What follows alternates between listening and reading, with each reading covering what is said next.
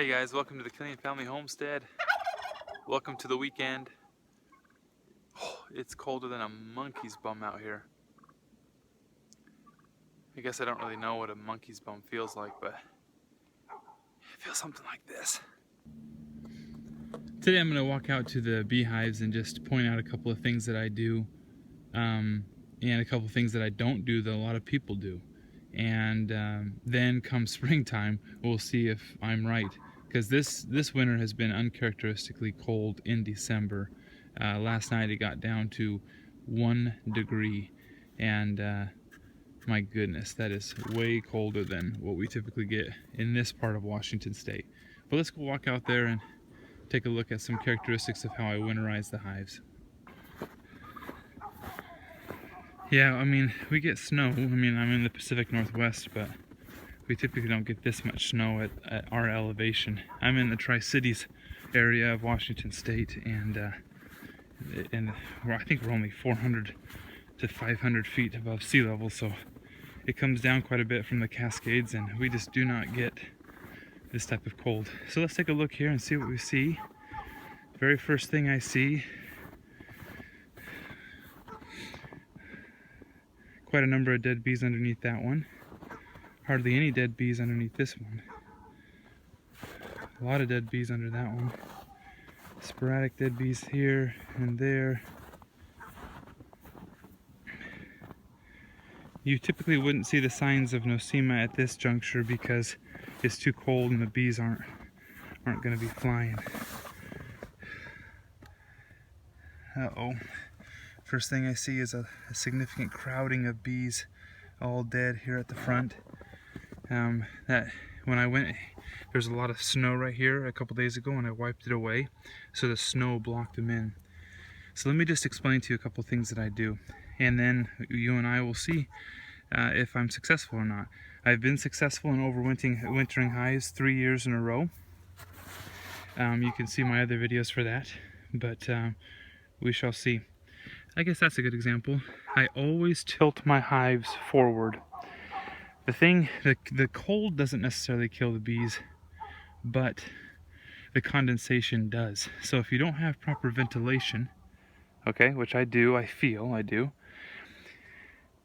the moisture will wick up, kind of sit on top, and then drain back down on the bees because of the heat they're creating, kind of sucks up the moisture and puts it up there. With it tilted forward, I've noticed that the condensation hits, settles to the front, and if it does drip, it drips down on the front side of the hive, not on the bees. There's some crowding of bees up there too, but there's a lot of them right here, and that scares me a bit. There's some bees right there as well. I mean, that's natural. We're gonna see that. As you can see here, I've got varying degrees, or varying numbers of boxes. These 3 production hives have 2 deeps and a medium. The medium is there for honey stores, of course, but also as a place for me to put this emery shim, which acts as a ventilation hole. I do not ever put the emery shim pointing that way because that would create a chimney effect. Air would wick up here and then push out and suck all the heat out. When it's like this, it tends to circulate, and the cluster of the bees would be preferably here, produces heat, retain some heat, but get enough ventilation where it's actually going to be just fine.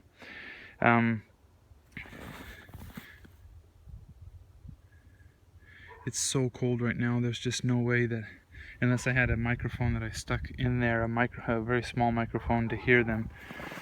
But in the late winter, when it starts to warm up a little bit, right before spring, that's the ear test comes to play. So you can see here, I've got them all propped up with that little piece of wood right there to keep them forward, leaning forward. I use this right here just in case through the winter they consume a lot of their honey and it becomes light, and then we get the winds here in the Pacific Northwest and in this Columbia Basin area, and I don't want them to blow over. So then I keep them elevated off the ground, solid bottom boards, never ever overwinter in northern climates with a screen bottom board, even if you feel like you put the insert in there, it's still just too much. You've got to close it in a little bit. I've seen a lot of people wrap their hives with tar paper. I'm sure that works just fine. I've never tried it. I just worry about moisture being trapped in it and them getting chilled by the moisture. So you can see here with this video how I overwinter my hives. I have the metal grate or entrance so that mice can't get into those ones. The reason why I was looking in this one right here as close as I was is it's a small entrance, but I know that a mouse can still get in there. But typically a mouse would have chewed the edges right here, and so I see no chewing going on, so I have no concerns that a mouse is in there. And these ones are metal entrances, so we should be good there. And then this one has a wood entrance as well, but the only thing I'm seeing here is a lot of snow buildup, so I gotta get that out of there a little bit. And there's no ventilation hole on this one, but it is leaned forward, and there's a lot of bees in a small area, so it should produce enough heat and be okay. But I don't see any bees in the entrance, and I don't see any bees being able to exit because there's snow put up into that. So we'll see how it happens, you guys. I'm learning, and I think I've done a decent job. 3 years in a row with successive overwintering hives, but it did not get this cold so quickly in the previous years. And also, the previous years did not have such an unseasonably warm fall.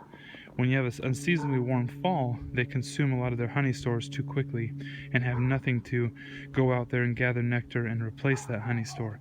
So that's one concern I had, is too quick consumption of honey in the late fall. Now, boom, it's so cold and they can't move around as easily to get to the honey stores. So there's really, when it's this cold, you never want to open the hives. I do not open my hives until it's about 65, 70 degrees and it's sunny. So that means that I do very little in the wintertime.